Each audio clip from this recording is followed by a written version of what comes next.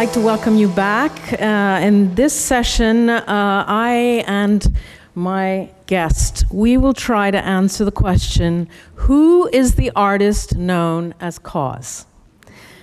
Well, the basic answer is, he is Brian Donnelly, and he is the man sitting right next to me here on this glorious podium. I thought, I'm not going to talk very much because we only have half an hour, but I wanted to give you a little bit of a potted biography of KAWS. Basically, KAWS is from Jersey City, and he became noticed as a graffiti artist because living in Jersey City, he had access to these enormous, absolutely gigantic billboards, which he would spray paint at night, committing an illegal act, of course, but he would choose a spot where the cops wouldn't see him. And we'll hear, I will ask him to describe that whole process because it's quite mystifying to me, to go out with spray cans at night.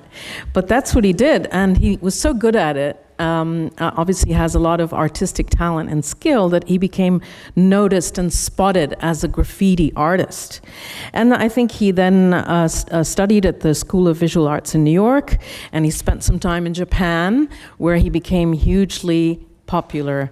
Then he, in New York, took over billboards there, huge Donna Karan billboards. All these billboards were covering the walls and the surfaces that Brian would have liked to actually overtake himself. So rather than get frustrated by the posters, he would go and spray paint right over them. And then he would take pictures to document his actions. And then what he did, which was really clever, illegal, is that he would go to bus shelters and unlock those glass vitrines with the posters in them. And somehow, I don't know how he did it, then he would go in and add his own distinctive icon artwork to the existing poster. And those posters, I read somewhere, are now non-existent because they were sold on the art market. Anyway, so in 2019, I think there's a historic moment that happened. The KAWS album, in which Brian showed the cast of the Simpsons posing, posing as if on the cover of Sgt. Pepper, sold at Sotheby's Hong Kong for $14.8 million. That's 15 times the estimate. And as the New York Times wrote, my publication, in a magazine article, in a relatively short period, Donnelly had gone from tagger to in-demand designer to fine artist. And I think this is the sort of trajectory. But I would really like you, Brian, if I may, to start by describing these stealth actions, where you'd kind of go out in Jersey City and elsewhere with spray cans by night, avoiding the cops. I mean, how is one a graffiti artist? Well, first I want to say thank you for everyone coming. You need to move forward so we can hear you. Yeah. This is fine? Yeah. So, just growing up in Jersey City, and there was graffiti around me. It was something, I was always interested in art, and for me that was the sort of tangible outlet. There wasn't many other directions I was thinking about, and it wasn't this, I wasn't thinking I'd be sitting here 25 years later talking about it. It's just something you did. It was very casual. It's like some kids played soccer, or some went to play baseball. I painted, freight trains and under highway overpasses. So it was just a way, I think graffiti is a very community-based art form. You get to meet a lot of kids in different boroughs in the beginning, and then that becomes different cities, and then eventually different countries. And it's definitely, it's isolated to the outside, but it's very inclusive within it. So, I was fascinated by it. It was a way for me to be, creative, but also... I know, but how did you do it? Describe it to me, because I don't know how to be a graffiti artist. Honestly, I would look at it just like any person who shows up and paints, instead of going to a studio, which I didn't have at that time. You'd go to a freight train? Yeah, I'd go to a freight yard and spend the afternoon painting with a friend and then documenting it with photos. Right. I'm lucky enough that, being a graffiti artist in the 90s, I kind of learned from what was done in the 70s and 80s and realized that photo documentation was really the only existing form in the end. So I was always very conscious to document the work that I made well. Yeah, but I mean, so like you'd be there with the spray cans and in broad daylight, and did you ever get arrested? No, I didn't get arrested. Oh, that's cool. Yeah, you managed to avoid that. That's kind of amazing. Thank you. But anyway, let's get to the crux of the matter, which is your practice.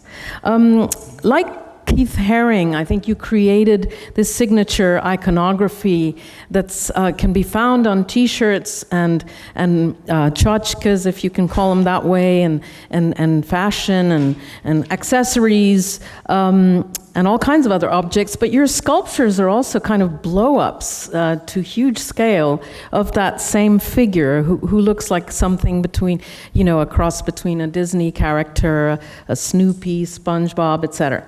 I mean, and so, people might ask, is what you do art, or is it merch, or is it both, or do you know what I mean? I never really differentiate. When I was younger, I kind of, now I look back and I think about like what got to me as a kid, what got, to me in my bedroom in Jersey City, and how did that reach me? And I try to create works that disseminate in these same ways. So, I like making small edition objects, and that's how I got into toy making. And it just seemed natural, I was always, I think when I was younger, I was looking at the sort of pop artists before me and the editions, like what Oldenburg would do with Gemini, or it just seemed like that this was a logical step for me in my position to make objects and put them into the world, and that's how I got into it. And also just coming from a skate background, having friends who had skateboard companies, kind of in their infancy at that time, just watching how that grows, and it was just sort of an accessible outlet for the work, and I enjoy creating work that people can live with in a very sort of easy way. Yeah, at the beginning of this talk, you expressed some surprise at being here today. You said, when 25 years ago, I would never have imagined being up here at the Art for Tomorrow conference. And sometimes, I mean, is it a surprise to you that you're described as an artist, that you're viewed in an art context, or do you feel like an artist? I mean, I think that's a kind of silly question. I never questioned if I was an artist or not. It's a silly question. Yeah, I always felt, okay. I always felt like an artist. When I was doing graffiti and when I started to go to School of Visual Arts, I'm studying Bouguereau and doing realist oil painting, but it's just not what I choose to do in my personal time. Yeah, this is the thing. You're able to do Bouguereau, sort of Paul-Pied French-style 19th century painting. Right? I mean, like, you're very good at painting and drawing. Some friend of yours said you could copy a Rembrandt. That's ridiculous, but... No, but like, you're very skilled, right? Like, I mean, no, right? I've always been interested in all types of art, and I've always looked at everything, but the decisions I make and what I put into the world is from a certain place, and I feel it's very true to myself. Yeah, absolutely. No, I mean, you like creating these characters, these objects, and then creating them and putting them out in the world as sculptures and paintings. Your paintings are also, I mean, they're abstract, and yet there are characters somehow in them, right? Definitely. I mean, you asked me to put together a slideshow, but I haven't been good at clicking it. Oh, okay. Let's do the slideshow. Sorry. Yeah. There we go. Go for it. Sorry. Oh, no, this is the most recent project. This is an exhibition at Serpentine London, yeah. And what you're looking at is the exhibition's iteration within the game Fortnite. So at the same time, we did a traditional painting sculpture exhibition that Daniel curated. Thank you. Daniel Birnbaum, here. And, so simultaneously, we had an exhibition that existed in Rio, like a very traditional physical show, and also in Fortnite, which, they have 450 million subscribers. The video game, yeah. Yeah, it's just another way of getting the work out there. And then also with Acute, within the exhibition, we had augmented reality work. Yeah, let's click through and see some more. Sure. So these are sculptures, obviously. Yeah. Or are they not? Are they sculptures? No, this is in Fortnite. Sorry. So this is where you would enter before walking to the exhibition. Yeah. And Yeah, I mean, I live around the corner. It was a nice-looking show. And a lot of people in London visited, and a lot of people visited on Fortnite.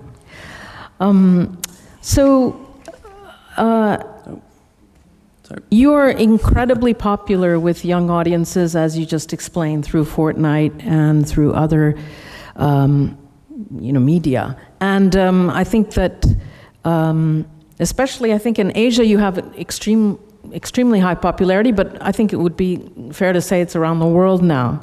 And your paintings are major art market, collectible kind of works. And yet, the critics, see, there's this chasm between the critics on one side and the way they view things and what art should be, et cetera, and what the public is more and more increasingly viewing as art that they like, art that they love, art that they want to collect. And I wanted to ask you how you felt about this chasm between these old-fashioned kind of snooty critics and the people who actually buy your work, who are in, Yeah, I mean, I have nothing against critics. Yeah, we have a few in the room, I think, including Daniel. Yeah. No, I mean, honestly, when I'm making work, I am thinking about the public. I'm thinking about reaching people and bringing new people to art, bringing people outside of the art community. But when I'm in the studio, I'm thinking about painting. I'm thinking about sculpture, and it's very analog. But then, it's important for me to, I think, because your mic needs to get pushed.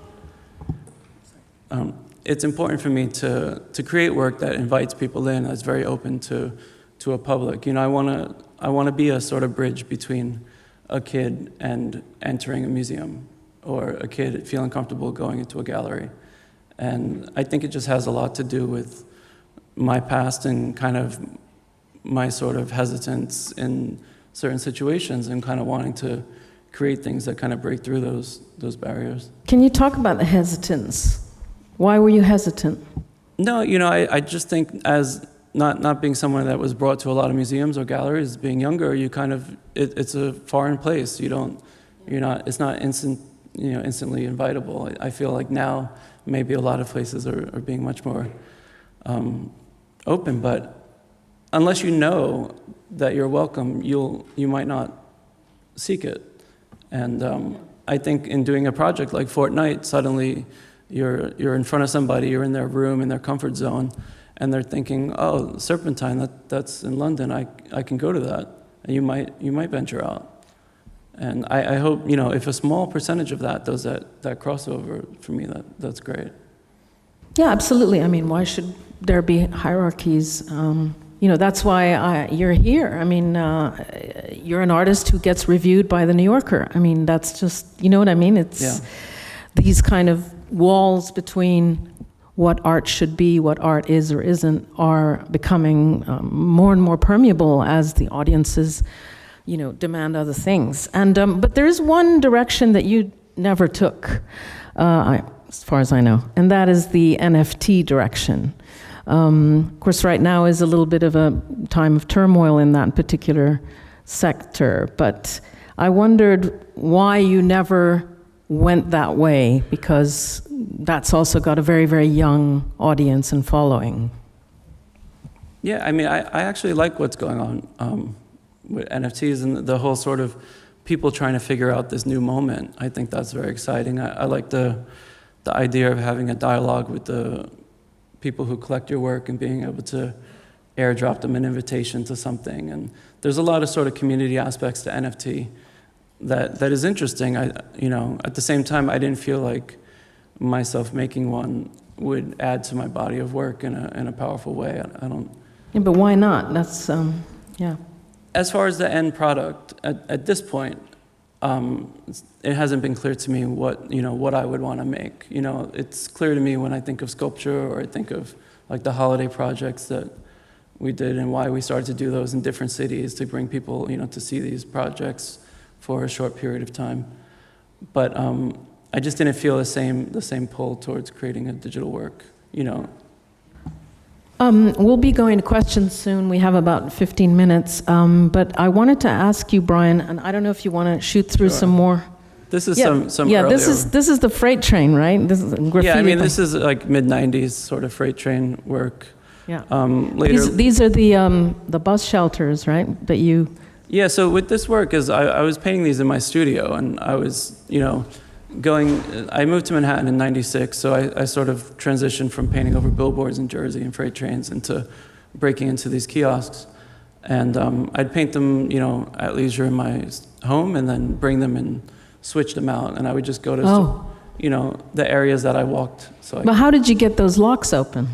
We can see the locks. They're right at the bottom there. Yeah, well, so like for certain avenues, one lock would open up the whole avenue. So if I stole one lock and made a key for it, I'd suddenly have 6th Avenue. Wow. Or House and Street. 6th Avenue. Yeah, so the whole avenue. yeah, it would be, wow, okay. And that was part of the fun of it. I mean, I enjoyed painting and putting it out there, but I also enjoyed how to navigate these systems. And, I felt no guilt in painting over advertising. I feel like that, is very sort of parallel to graffiti, except that they pay. So. Well, they don't pay you. No, I'm just saying for the locations. Yeah. And then Yeah. this brings, like a little later on, this is the first toy, Companion. And really this toy came about when I was, coming from working over these iconic advertisements and thinking about what would I do in the toy realm. And Companion seemed like the first logical sculpture. He's your iconic figure, the person, figure that you put in all of your art now, pretty much. It's worked its way into a lot of it. It's not something that I thought would, I thought it would be a one-time thing, but it sort of became this object which I could communicate through and use to just sort of put my... Sometimes he's covering his eyes, though. Is that shame or fear or... No, not at all. I feel like if I was a sculpture being stared at all day, this might be a... Embarrassment. Yeah, perhaps. Yeah. These are paintings, yeah. So this is, brings you like 2012, 15, just getting more into painting.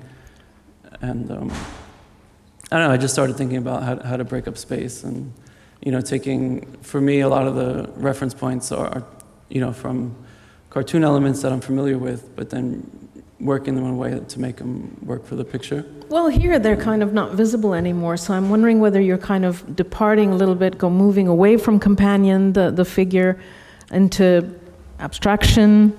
It goes back and forth. I mean, Okay. I feel like it became less important for it to be recognizable, and that gave me a lot of opportunity to explore. Do you think that you want to maybe break away completely from the graffiti, from this Companion figure with X's in place of eyes, and move to something completely abstract that has no cartoon reference, or that wouldn't be you?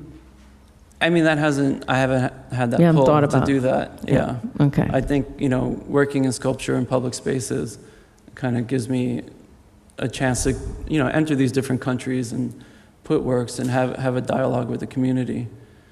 Yeah. And So, perfect timing. We have about 11 minutes, and I wondered I don't know if, Daniel, you have a question or something you'd like to say. Daniel Birnbaum curated the Serpentine Show that you just saw on the screen. I don't know, could we have a microphone in the front row, please? Thank you. I don't have a question, but I can say that, I work for this studio called Acute Art, and we've seen it as our, not mission, but a possibility to kind of explore these new mediums with a full spectrum of different kinds of artists. So we've worked with very obscure and not very visible artists, and then we worked with some of super visible artists, including Jeff Koons and KAWS. And for us, this was just an unbelievable possibility to work with Fortnite. So the show, one should be more exact that, it has many layers, and what we did were the AR components. I mean, at the center was this physical show, this Serpentine Show with paintings and sculptures, and we added a layer of AR that people could see when they went there, but also bring home a small miniature version of the whole institution. And then Hans-Ulrich Obrist, the artistic director of the Serpentine, of course, was super excited about getting his institution into a game with 400 million viewers. And he did that thanks it became, thanks to Brian. you know, in a way, Yeah. probably the most visible exhibition in the history of The Serpentine. exhibition making. Not Yeah. the Serpentine. Every I would say the exhibition. exhibition making. Yeah. Because Yeah, it did have like 100 million viewers, whatever that means to be a viewer in a computer game. But still, you know, very interesting. I don't think it would have happened, you know, through the Serpentine or through me or through anyone. It happened because Brian had a relationship to them and they wanted a very ambitious project. So I think, you know, having worked with the big museums and biennials and all of that, you know, you always want to reach new audiences and different audiences. And there was this question in the previous before the break about whether numbers are so interesting. And I have to say, yes and no. I mean, the interesting thing with these mediums is, I think, that it can be totally local, the way that it was a local show. You had to go down to the park and see it. Or you see a version which is, you know, totally global. And that hybrid kind of possibility I find very interesting. And for me, therefore, this was a kind of model of something that might, you know, be developed in many other places. And, and then it's not necessarily about reaching 400 million people. It can also be about reaching a diverse audience and an international audience. And if we only go local, I'm all for certain local initiatives, but it can be provincial. It can even be a bit, you know, it can develop internationalism and very boring forms of localism. And I think, I mean, I've been part of the art world because I like international conversations. So I think these mediums are part of that. And Brian's show was an extreme example, the most extreme produced so far. Okay, thank you, Daniel, for that. But do we have questions? We have 8 minutes. Yes, please. If you could introduce yourself so we know. Hi, Brian. So I'm George. I lived in New York for many years, and I've been following your work and a lot of other street artists. We've been talking a lot about public art. Street art is a form of public art, but as you said, you know, you've been chased down by police. I'm sure a lot of your other fellow street artists have as well. Do you think there's a lack of platform for street arts out there who can transform from where you said from street art to museums? Or Wynwood might be an example of that. Do you think that's too artificial, or do you think it'll lose a touch of street art if we do more of those platforms? You know, honestly, I've never really thought of myself as a street artist. When I was doing graffiti, I never thought of myself as a graffiti artist. Doing a museum exhibition, I'm not suddenly a contemporary artist. I try to avoid all these different labels, and I think you can't speak broadly about art. You know, it's the individuals that kind of have to create their paths. So what's good for one person working in the street or one person working in the gallery is not going to apply to somebody else. I don't know. That's been my approach, I think. In one of the videos I watched of you on YouTube, at one point you say, when I was a kid, I thought artists were dead people in books. And and now you're an artist yourself, so I mean, you're clearly not a dead person in a book, thank God. You know, you're here in flesh and blood. But so, how has your vision of being an artist changed? It must have changed.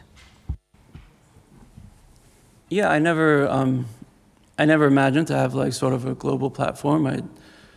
I just sort of navigated it intuitively and you know, step by step, thought of ways to bring my work to fruition. You know, my main goal a lot of times is just how do I get it made? You know, that's really my priority. When I think of a sculpture, I think of a painting series is what do I need to do to finish this, to make it to the point that I want it. And that's really all I focus on. Questions? We have 5 minutes. That's, you know, that could be at least 2-3 questions. Okay. Shyness in the room? Yes, please. Rosalind. Where does the name KAWS come from? I mean, it just comes from when I was doing graffiti, and you know, you realize this is a name that you're going to be reworking letter-wise over and over. So in the beginning, it started as just the letters that I liked, the way they work together, and the fact that you can't connect it to any real word. And then later on, I started to realize, like, this actually gives me a divide between my work and the audience. And I like that. I almost feel like I can speak third person about the work. It lets me work in Asia and different countries, and you just have KAWS and the work. You're not thinking, if it's Brian Donnelly, you're thinking Irish, Caucasian. You're already building all these thoughts about what the work is about or where it comes from. And I sort of like that, and so I chose to keep it. Aside from just having, half of my life being told, stop graffiti, it'll never go anywhere. Yeah, I mean, the timing was right, because you came, let's say, into public view or international view at a time when graffiti, street art, etc., became, an art form that was actually welcomed by the art world. I mean, had you appeared maybe 30 years earlier, 20 years earlier, mind you, there was Basquiat. I mean, who knows? I mean, yeah. there, I feel like in the late 70s into 80s, there was a sort of great moment with artists like Keith Haring and Basquiat and Futura 2000, Lee Quinones, all the sort of dominant graffiti artists as well. And then that, is unfortunate, but they're no longer with us. And I feel like there was sort of a quiet period. And then in the 90s, I would say Barry McGee was maybe one of the first artists to really start to exhibit. He had a show with Dacus, and to get the work out there in sort of an institutional context, and that sort of opened the gates for other artists. And Do we have any other questions? Yes, we have a lady there.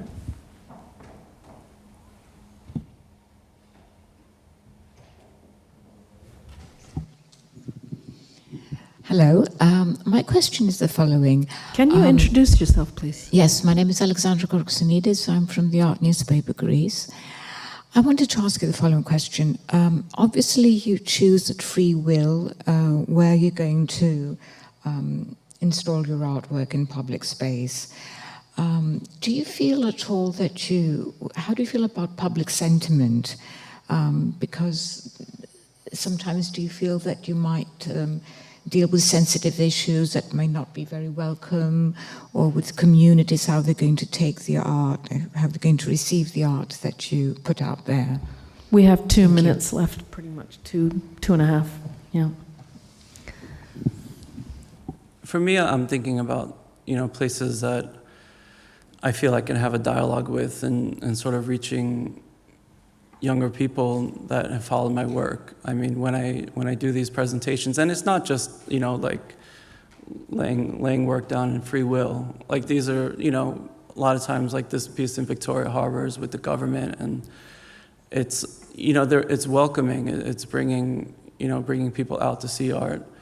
And that's really what I think about. I don't, I always, I understand that a work of art is not going to please anybody or everybody, and it could be unwelcome and by some and embraced by others. But I don't spend time, kind of in fear of like, will this not be embraced, or will this?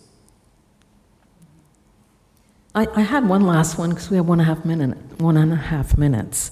In the New Yorker review of your work by Peter Sheldahl, at one point he said the work is flat in feeling, that he felt, I know it's a provocative question, but he felt that, where's the feeling? And so, I mean, when I meet you, I feel a lot of humanity and et cetera, but there's reserve. So would one say that your work is also perhaps reserved and the feeling is less apparent, or?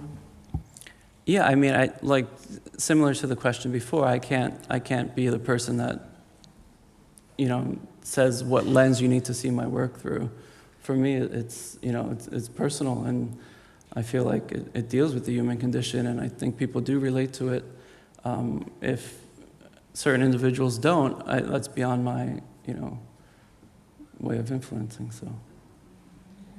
Fair enough. Thank you. That was a lovely way to end. Thank you. Thank you.